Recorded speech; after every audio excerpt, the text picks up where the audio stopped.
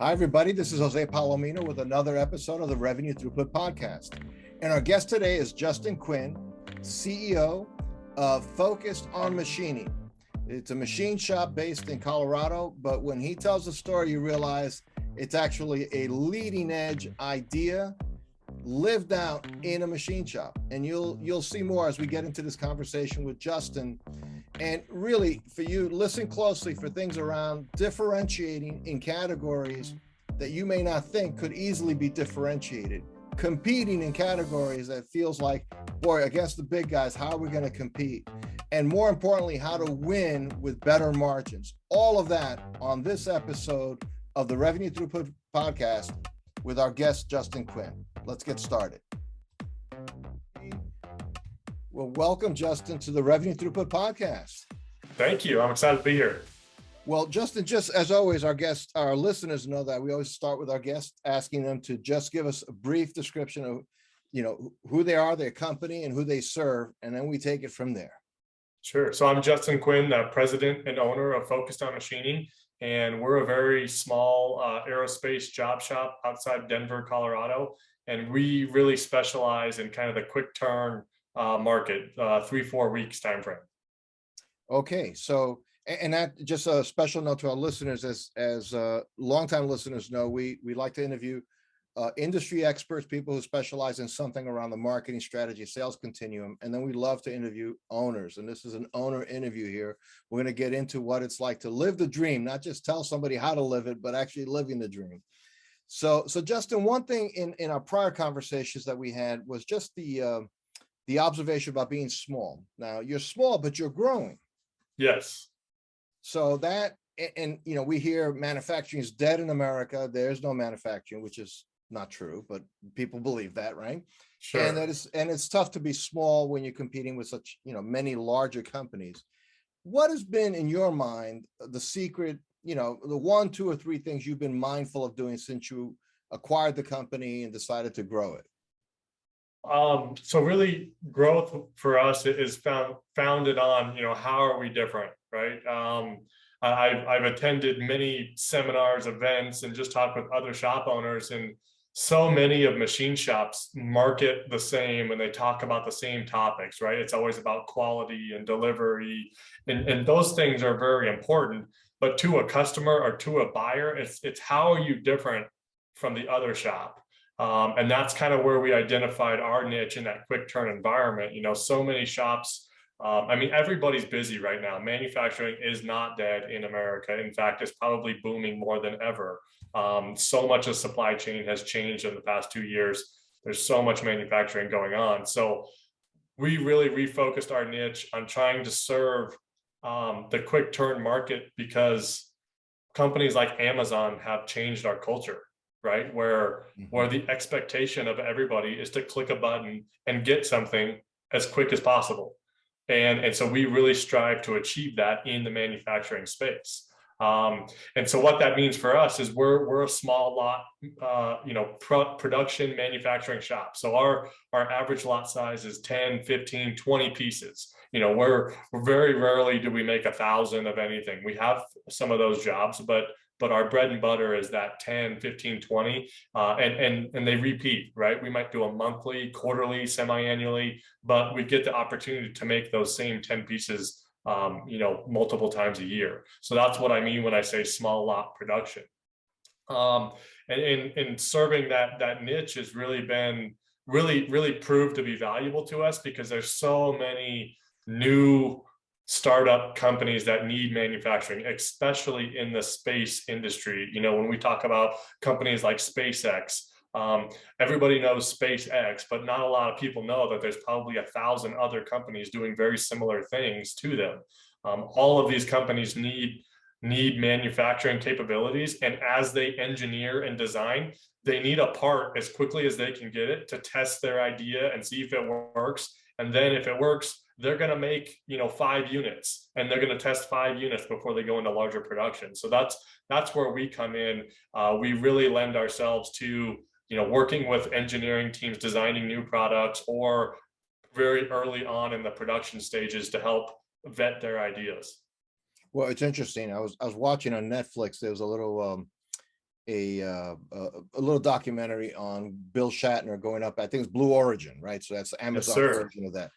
And Another company, yeah, in this yeah, so space. it's very moving and all of that, going into space, seeing the world, seeing the infinity of space and all of that from up there.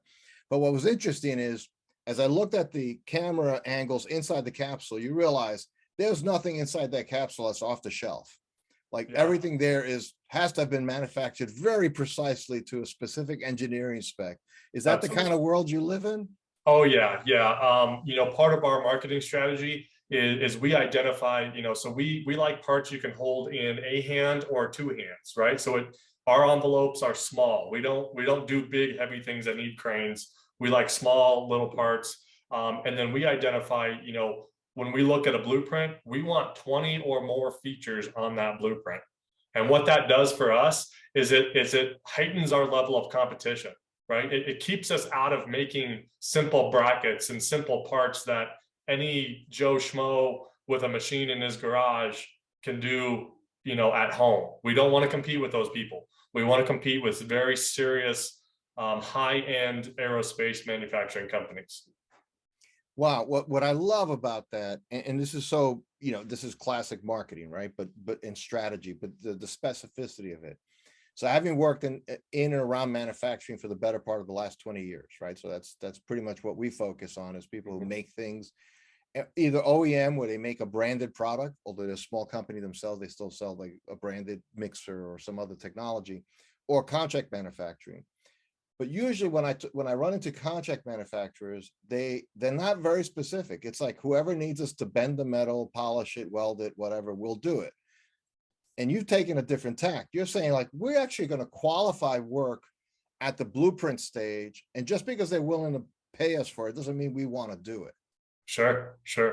So in lean times, how hard is that? If they've been lean times where have you ever been tempted to say, well, it's not actually in the criteria, but we need the work? Yeah. Just as any other shop, we go through ups and downs of business, business levels and how busy we are. And it's actually interesting, because that's become a leading indicator for me. I shouldn't say really leading, but it's an indicator for me. When I find that we're stretching and going outside of that comfort zone, it's because we're not doing a good enough job marketing, and we're not reaching enough people. And so we're taking what's coming at us. And I'd say, even though we've had really strong growth the past 2 years, the first part of 2021 was slower than it should have been for us. And what happened is we started taking work that fit some of our criteria, but not all of them.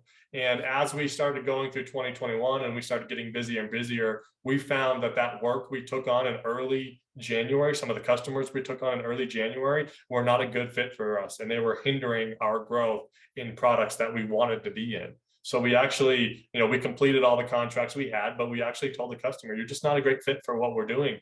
We're happy to quote. If you want to send us stuff, we'll take a look at it. But the stuff we've been doing is not a great fit. And we freed up some of our capacity as our marketing efforts brought in some of those customers that we really wanted to have. Plus, it would seem to me that the more complex the part, like you said, 20 features, right? For example, the better the margin has to be for all the time, machine time, people time, effort, capital use, etc. Yeah, so there was a method to coming across those items, and one of them was, how do we compete at a higher dollar point, right? So many shops quote at $60 to $70 an hour. Extremely brutal area to be in, right? When you're thinking the labor shortages that we're having and trying to pay machinists a decent living, you just can't do those things when you're only being paid for $60 an hour.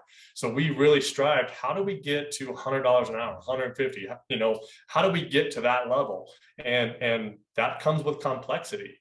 And so that's when we identify the 20 features or more. We have one more identifier that we really like, parts that have tolerances tighter than plus or minus 3 thou. 5 thousandths of an inch is really a standard kind of generic tolerance. So when we see features that have stuff tighter than that, we know that that's a critical component, or there's something going on with that part that makes it very serious. And again, a garage shop kind of person or a really small startup shop, they don't have, the expensive CMMs, the inspection equipment needed to check to that level. So again, it gets us out of that lower end market and into a higher end market where we can charge that $100 an hour that we like to be around. Right. So I can envision, and obviously I know probably some of the work you do is like strictly NDA, so you don't need to comment on this specifically, but I can envision, if I look at a fighter jet, right, there's some big pieces, obviously wing spans and things like that may be composite these days, who knows? But I have to believe there's a ton of parts that fit in one or two hands and that have 20 or more features and that actually make the plane successful or not. Yeah. Right. So like they're really critical parts. So you've really moved into critical parts that are more valuable to the buyer. Mm-hmm. And probably you have less direct competitors who can actually bid on that work effectively. Correct. Less sheer number of buyers, right? Yeah. And that's where we're finding great success with the buyers that we take care of, because there's another aspect to our marketing, and it's all about understanding the buyer and what their life is like, right? There are fewer buyers in shops now than there ever have been, which means those buyers have more on their plate than they ever have, right? So you think of a buyer, they might be handling thousands of part numbers, and they need to constantly order these part numbers. So the easier we can make it on our buyer by having very clean, nice looking quotes. We have 3D CAD images built into our quotes so they can actually see the part, manipulate it, move it around. These are all things that really set us apart from our competition and make it easier for our buyers to purchase from us. Again, going back to Amazon, how easy is it to go on there, find something you want, you click one button, and that thing is there in 2 days. Right. That's the environment we strive for our customer, which is buyers of these companies. Hey, I've been placing throughout this whole period. I've been in my office. I have a built-out home office, and I've been placing orders on Amazon only to hear the doorbell ring like 2 hours later, and it's there. Yeah, it's crazy. I mean, they've taken that 2 days. It'll take me to drive to Staples to pick up some like a stapler or something. Absolutely. Hey, pardon the interruption. It'll just be a beat. We want to tell you about something that's really exciting, and it might be very exciting to you if you're the owner, CEO, leader of a B2B company, roughly with $2 to $20 million in revenue, and you feel a little bit stuck. You know what I mean? Sales are a little flat, maybe even declining, challenged.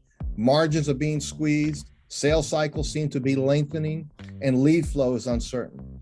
We've designed a program based on over a dozen years of us doing exactly this for many B2B companies. It's called the Competitive Edge Program. And you can learn more about it at valueprop.com/edge. Tells you all about the program. It's a 90-day program, really focused on helping you sharpen your value proposition, aligning your value delivery, making sure your marketing program is doing what it has to do if you're in B2B, which is generate opportunities, and make sure your sales process is tight so that you can convert those opportunities into sales. So with that note, let's get back to an exciting episode of the Revenue Throughput Podcast. So your point, and this is really not a small point for all of our listeners, is your buyer is a human being in that world that we all live in. Yes. So their expectations are increasingly the expectations of consumers. Yeah. Right. It's not like this, oh no, that's what I expect in my private life. But in my job, I don't care if they take 8 weeks to get it done. That's not reality. Right. Right. So that's so that's interesting how you so let me ask you this, because when you got in, how long ago did you actually acquire your firm? Just over 5 years ago. We hit my 5-year anniversary in October. Fantastic. Congratulations. 5 years. So did you come into the company with some of these ideas in mind, or were they kind of like growing pains when like, it's kind of like when you're a little kid and if your mom ever took you to a place that had like crystal and glass, they said, be careful if you break it, we bought it, right? So like now you bought it, right?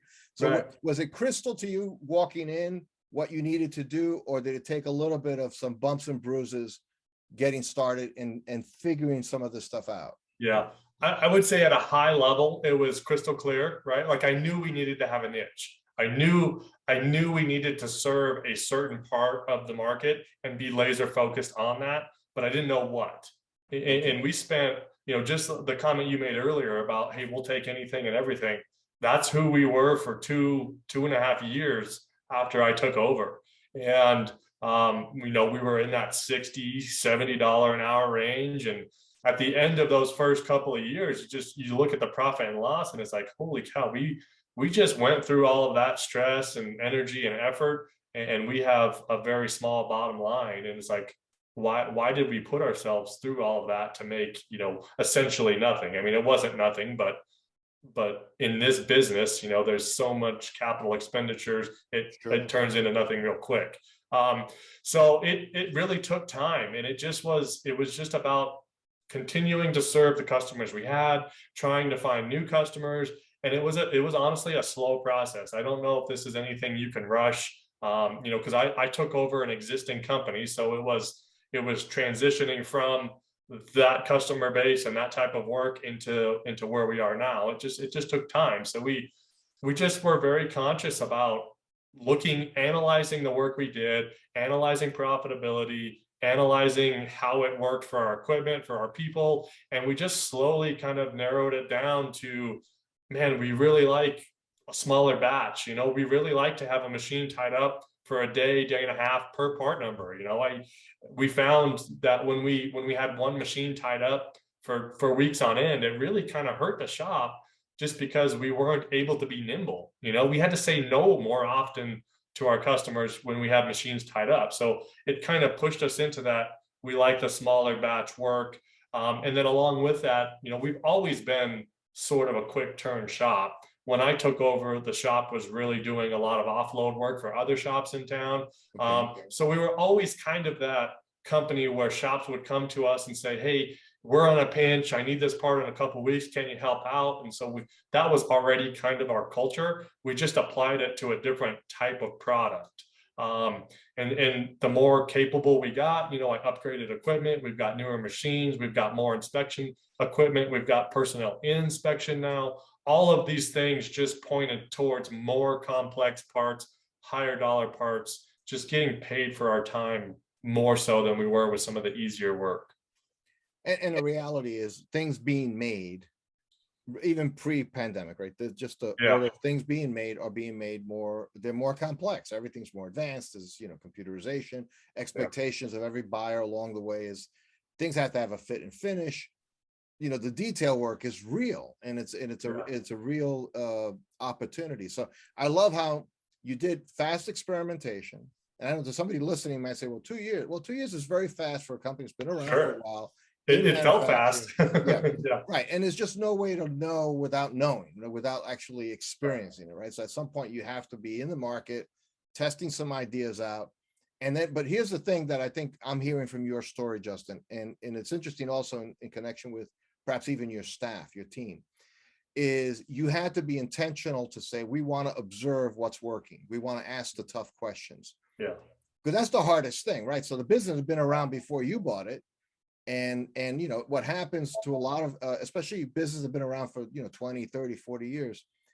People do what they do because it's what they know how to do. And there's a comfort to that. Yeah. So fresh set of eyes looking at it is challenging. So question, in terms of company culture, and I know it's a small business, but was there a bit of an adjustment shock as people say, wow, you mean we're going to do things very differently? Or were people eager for change by the time you joined the firm? I would say people were eager for change early on. We did a lot of work that wasn't a good fit for the equipment. For instance, there was a local company building small elevators in people's homes not far from us. And so we did a lot of machining for them, but we have small equipment, right? We have our largest piece of equipment has a 40-inch table on it. Okay. Early on, we were taking these 10-foot rails and we were taking the sides of our equipment off and we were machining holes in these rails. And so it just was like, we're really pounding a square peg into a round hole here, right. So they were excited about that kind of change because we would get we would get pallets of these rails, and these rails weighed like 40 pounds a piece. So the guys had to carry them around, and they were dirty. And it just, when I got rid of that work and we started doing more like smaller, I mean, everybody loved that, right? But then the other side of it came, and it became challenging because, you know, now we're not poking holes in parts and just threading holes. We're actually machining to some severe tolerances. We're doing a lot of 3D profiling and surfacing, and we're doing, you know, we're doing features that take unique setups and custom fixturing. So that I think they enjoyed that, but it came with the challenge of learning new skills and leveling up the skill set. So that provided, you know, both opportunity and kind of stress, because everybody loves to learn new things and get better, but it's hard getting there, right? You have to, you know, you have to learn as you go, and some, you know, that creates mistakes, and so we just had to work through those as a team. And I've always been a very easygoing guy. You know, if someone scraps a part, I'm not out there yelling at them and pounding them on the desk. I mean, it's, you know, mistakes happen. It's more about, what did you learn from that mistake? What can we do better going forward? And I think having that mindset really frees up the guys to kind of take risks and try to learn something new, versus, you know, this is what worked last time, so I'm only going to stay in this little box and never expand. Well, I think also, once you have greater clarity on who you are, who you serve, what you want to do, and then everyone on board that way, as you grow your business, as you start interviewing people to bring into the business, you start looking for some more of those kind of flexible attributes that you may never have looked for before. Yeah. You know, like how much, because, you know, everybody said, yeah, I like to learn on the job. But as you pointed out, not everyone really means it. Some people like to just mark their time, Sure. do what they know how to do. And they feel insecure if they're being asked to do something outside their safety zone. Right. And for a company like yours, if you're going to double in size again, you know, the next 2-3 years, that you're going to need more people who are willing to work in the new paradigm.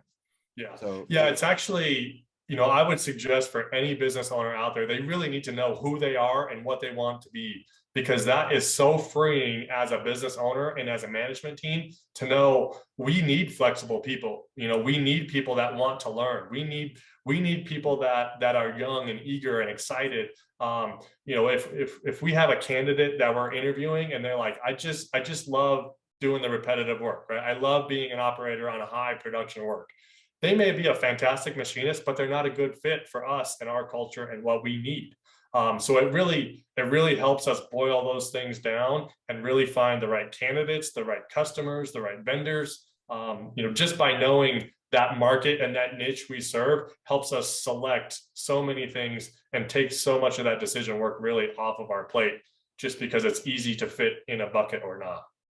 And you know, you may find, and I've seen this in other industries as well, that sometimes you find a real seasoned candidate, right? Somebody with a lot of years, you say, well, this person's not going to want to make changes. And they're waiting for something like yours situation to come along, and they could bring all that experience plus the desire to do different things. So, you know, a lot of it is just how people kind of are wired in terms of what they want out of life. And it's so good, like you said, for an owner to know what they are, what they want the business to be. It will attract the right people, and it will repel the wrong people. And that's okay. You'd rather have somebody say, oh, I don't want to be part of a shop that does all that stuff. That's not my speed. Fine, don't apply. Yeah, it's not going to work. So that's great. Well, Justin, listen, in the time we have here, I did want to ask you this question kind of, and you kind of leaned into it a little bit, but I'm thinking of other people in manufacturing who listen to our podcast, who are CEO owners and so on. As you look out into the future, and I'm not asking you to have an exact crystal ball, we will not hold you accountable for this. But if you were thinking of, if you could say to them one or two things you think anyone in manufacturing should be thinking right now, should be planning for, what would that be? How do you grow? That's got to be the number one. How do you grow? Because, you know, I just listened to a podcast this morning about demographics, right? And they were talking about demographics worldwide and both in the United States. It's no secret that the baby boomers are rapidly retiring. You know, they're in their 50s, 60s. COVID has accelerated that, right? We've seen a lot of people that were near retirement go ahead and go on to retirement. there are so many people in that generation in manufacturing that as they start to leave the workforce, many of them are machinists. A lot of them are shop owners, manufacturing company owners. Those companies are either going to get bought, sold, or just shut down. So as the manufacturing base in the country gets smaller, that means the shops that are still around are going to have to grow to absorb it, right? There's a lot of work that is still going to be done overseas. There's a lot of work that's going to go overseas just due to labor costs, et cetera. But there's so much work in the United States that cannot go anywhere but the United States. When you talk about aerospace, defense, all these ITAR parts, if you will, these parts cannot legally be made outside of the United States. So there's a ton of work that is going to stay here, that's going to continue here. So every shop should be thinking about how am I going to grow? How am I going to be part of this concentration in the industry as shops, as the industry consolidates? How am I going to garner more of that market share? And so that's where we're at. It's just 100% growth focused. We're looking at a new facility because where we're at now, we're just jammed in as far as machines. So finally, the first time in 5 years, we've actually hit our capacity. So we're completely growth minded and just looking at how we can garner a bigger piece of that pie as it continues to consolidate. Wow, growth. I love that. It's certainly something I could get behind. So Justin, if somebody listening to this wanted to know more about you, about your company, what's the best way to get in touch with you or to find out about your firm? Absolutely. So our website, www.focusedonmachining.com. We put a lot of effort into the website, a lot of great content out there. If you want to hear more from us, sign up for our blog on the website. We do a monthly blog topic. We're posting regularly on LinkedIn and other social media. So there's a lot of information coming out from us, and our blogs are really geared industry specific stuff. We talk about tips and tricks of cutting certain types of material. We talk about tolerances, inspection. I mean, it's very kind of specific stuff. So it's good information for other shop owners, machinists. It's a lot of information out there. So check the blog, check the website. My contact information is on our website. So if you want to reach out to me personally, all of the website forms come straight to me. So don't hesitate to put anything in there and ask me a question. I'm very good about responding to those items. Fantastic, Justin. We'll have that in our show notes as well. And just for our listeners, if you want cookie baking recipes, not on the blog, but but cutting different tolerances of stainless steel, you might find something new. So Justin, absolutely. Thank you. It's been a real pleasure to have you on the show. Really appreciate it. Thank you. I really enjoyed it. Hey, thanks for listening to another episode of the Revenue Throughput Podcast. If you like this episode and if you like the series, make sure you subscribe below. And also, if you liked it, please do review it. When people are looking for something exciting to listen to, especially the kind of content we're bringing, which is practical insights for B2B companies, this is a place and a free resource that they can take advantage of. Let them know about it with your review. So subscribe, review, enjoy. Thanks again.